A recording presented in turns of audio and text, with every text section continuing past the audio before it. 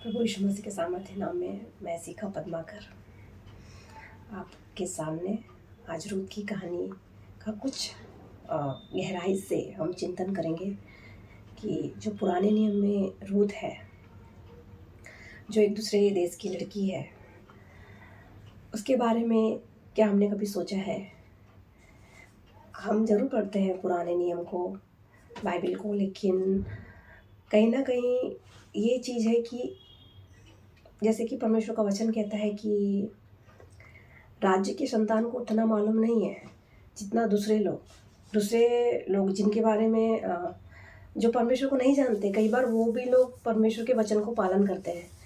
ऐसे ही हमारी एक रूत है जो पुराने नियम में है, जिसके बारे में हम जानेंगे आज। वो दूसरे देश की है, उसको कुछ नहीं मालूम है पिता परमेश्वर कौन है, जिंदा परमेश्वर कौन है, कुछ नहीं मालूम है उसको। एक ऐसा परिवार जो जब अकाल पड़ा तो वो लोग दूसरे देश को चले गए। वहाँ पे उन्होंने दूसरे देश की लड़कियों से शादी करवा दी उन्होंने अपने दोनों बेटों की। तो वो परमेश्वर को नहीं जानते, वो सब मूर्ति पूजा करने वाले लोग थे। वो जो दोनों बहू थी वो दोनों ही मूर्ति पूजा करते थे। लेकिन क्या हुआ, इस बीच में वो दोनों बेटे मर चुके हैं और जो उनकी सास है उनका भी पति मर चुका है। वो तीनों लोग ही मर चुके हैं। अब बच गई सास और दो बहू। तो जब उनकी सास ने कहा, मैं तो बहुत बूढ़ी हूँ और मैं तुमको नहीं संभाल पाऊँगी, तुम लोगों का भी पूरा ज़िंदगी बचा है, पूरा लाइफ बचा है, तुम लोग चले जाओ, अपने अपने मायके चले जाओ, अपने अपने घर लौट जाओ और वहाँ शादी कर सकते हो। लेकिन जो ओरपा है, जो सेकेंड बहू है ओरपा, वो चले जाती है और जो रूत है वो कहती है कि नहीं, मैं तुमको नहीं छोड़ूंगी, जहाँ पे तुम जाओगे वहीं मैं जाऊंगी, जहाँ जो तेरा परमेश्वर है वही मेरा परमेश्वर होगा, जो तेरे लोग होंगे वही मेरे लोग होंगे, और जहाँ तू मर जाएगी वहाँ मैं भी मर जाऊंगी। तो वो इतना गहराई से प्यार करती है उस अपनी सास को। ऐसा नहीं कि पति जिंदा है तो ही वो प्यार कर रही है, लेकिन उसके जाने के बाद वो रियल प्यार कर रही है। कई बार हम सोचते हैं कि ठीक है, उस लड़के के माता पिता है और रिश्तेदार है तो ठीक है, हम सबको मेंटेन करके चलेंगे।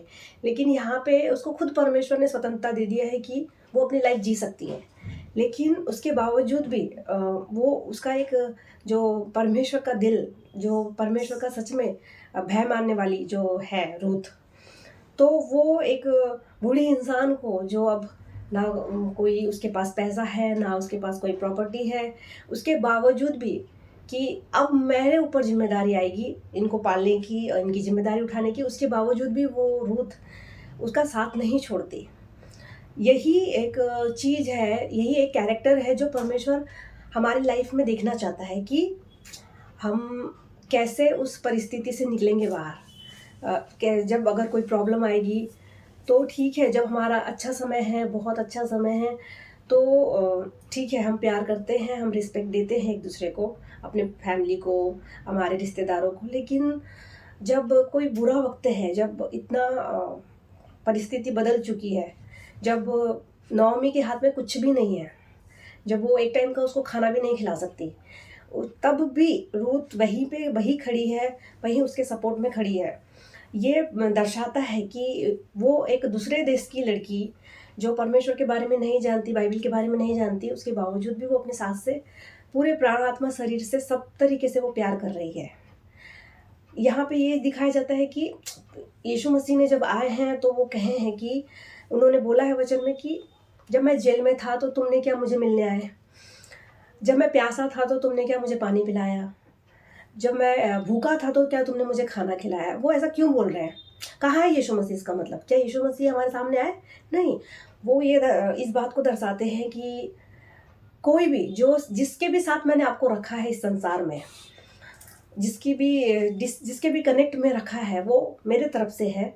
और उनके लाइफ में जब परिस्थिति बिगड़ जाएगी तब आप उसका कैसे सामना करोगे, उस परिस्थिति से खुद और उसको कैसे निकालोगे उस परिस्थिति से।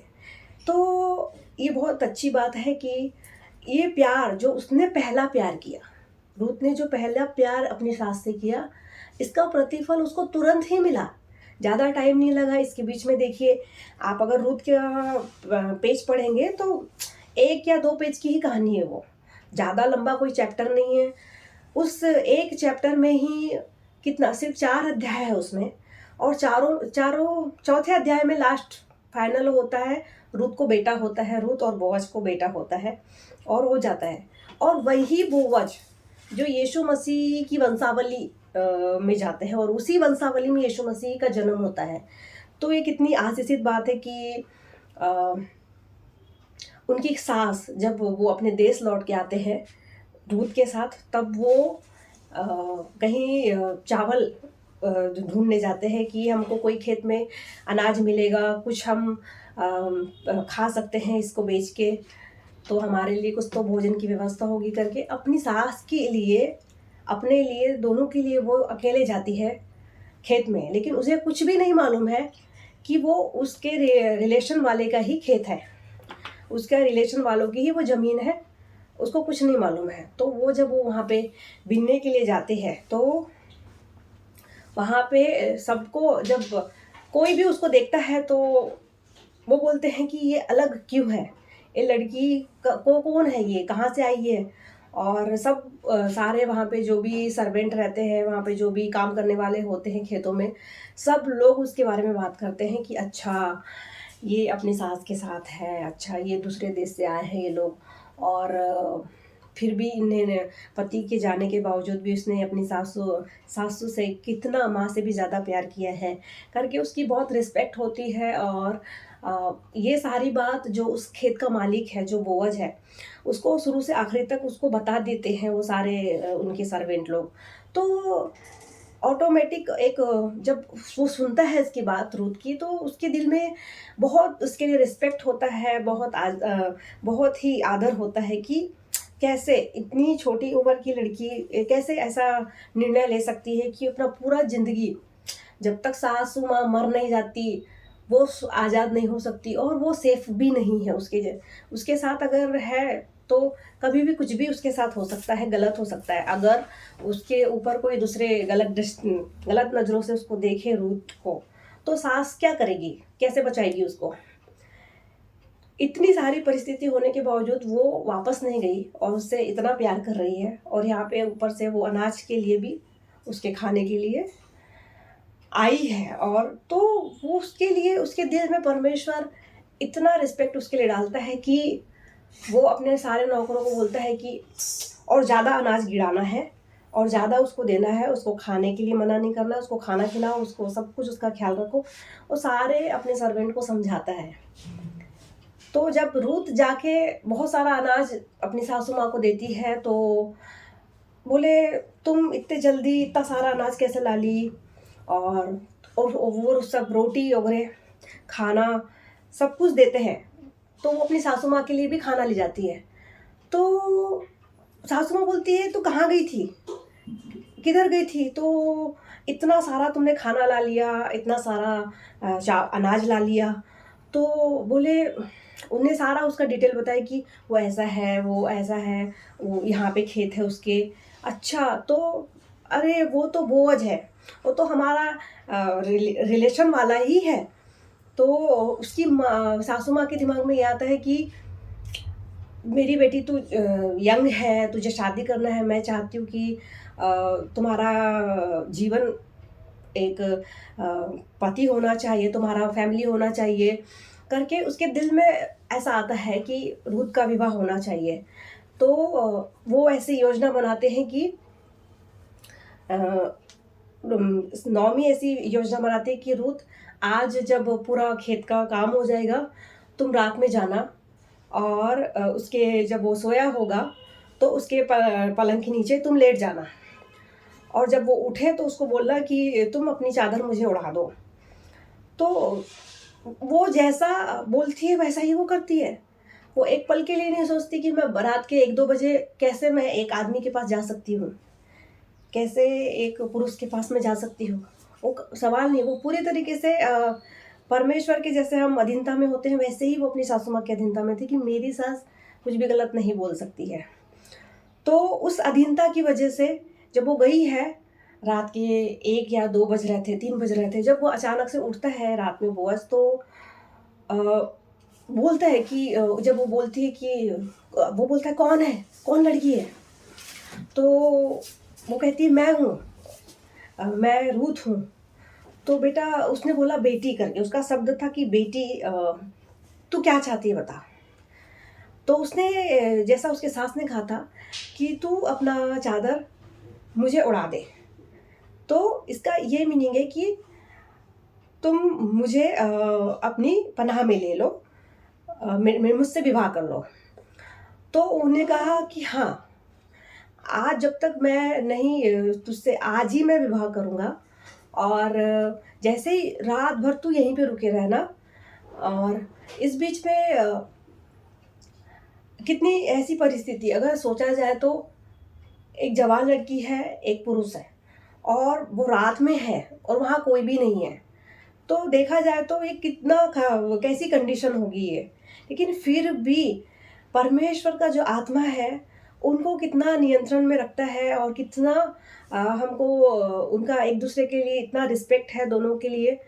तो वो जब सुबह होते हैं, तो वो उनको घर भेजते हैं अपनी सासू माँ के पास, और वो जाके पंचायत जाके वो सारे लोगों को बुलाते हैं, बुजुर्ग लोग को, उनके सामने रुत के साथ विवाह करने की बात बोलते हैं।